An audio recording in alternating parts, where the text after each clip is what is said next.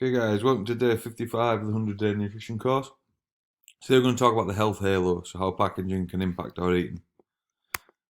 So, the health halo, it's basically given to foods that we deem healthy, and this in a large rise in organic, low calorie, high protein, organic and gluten-free packaging. So those things are there to encourage that they're a healthier option.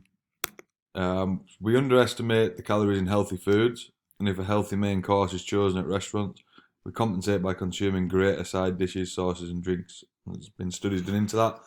So I think what we tend to find is when we buy what is classed as a healthier option, we let things slip a little bit more elsewhere, or we just don't pay attention to actually what's in this supposed healthier option. So when we think it's healthier, we end up eating more, and that hinders your weight gain. Okay, weight loss. This is also shown with organic foods. So when people think food labeled as organic, they think it contains less calories, it's got better nutritional evaluations. Despite it being the same food, people who regularly read food labels and buy organic food were less susceptible to underestimating calories. So when they actually read the labels and the healthier supposedly options, they're less susceptible to thinking they've eaten less than they actually have, because it was more because they're reading the food label than the organic. If you didn't eat organic but you still read your food labels, you'd still be in the same boat. So just read the labels and don't be fooled by what's classed as healthy. Can't do quotation marks because you can't see me. If there is any positive impact of organic foods, there's currently no long-term data, so you don't actually know if it's any better for you. If you want to eat like that, then fine, but from a health perspective, there's no real data to show that it's a better option. So I'll show you with Reese's Pieces. So 210 calories, 13 grams of fat, 24 grams of carbs, 21 grams of sugar, 5 grams of protein. Whereas this organic version, calories are exactly the same, bit higher fat, a little bit lower carbs, a little bit lower sugar. So in essence, neither are better or worse than the other. So the organic one you would more likely think is a healthier option. It's also dark chocolate, so there's maybe a little bit of health benefit from the dark chocolate, but in essence, from a weight loss perspective, it's still 210 calories. Organic junk's still junk, so don't be fooled by it.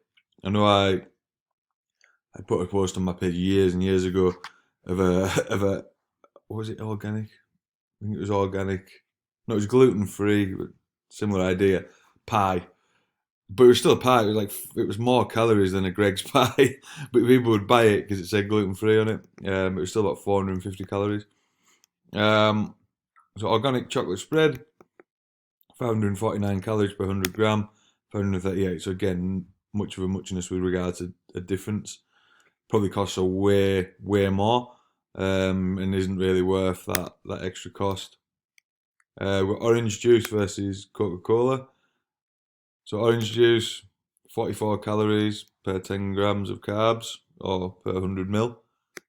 And Coke's 42, so it's actually a little bit less. And yeah, there's vitamins and stuff in the orange, but when we're looking from a weight loss perspective, there's no difference.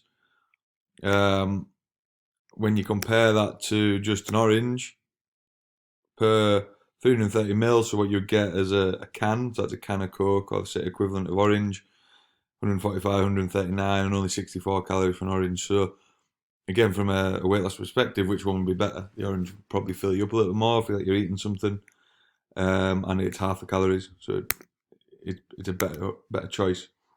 So don't be fooled by the health halo. When it comes to weight loss, your calorie deficit is the king. I've said it hundreds of times across this course, but it's because it's true. Like all these things boil down to needing to eat less if you want to lose weight. Pretty simple. Is the advertised serving size an actual serving size? Quite often you find things it'll say per serving is whatever, but it's like a measly amount of food. Or I've seen cookies and things like that that are protein cookies that are a serving size is 200 calories, I think, and then that was for half a cookie. Like no one's going to eat half a cookie, so it's like 400 calories for this supposedly healthy cookie. So read the food labels. I got caught by that one. I was eating a few of them, then I looked and I was like, oh my god, I've just been knocking in loads of calories. So why do you eat is the next one. So it goes beyond hunger. So it's looking at the kind of bit of the psychology behind why we eat things. Hope you enjoyed that, guys. We'll speak soon.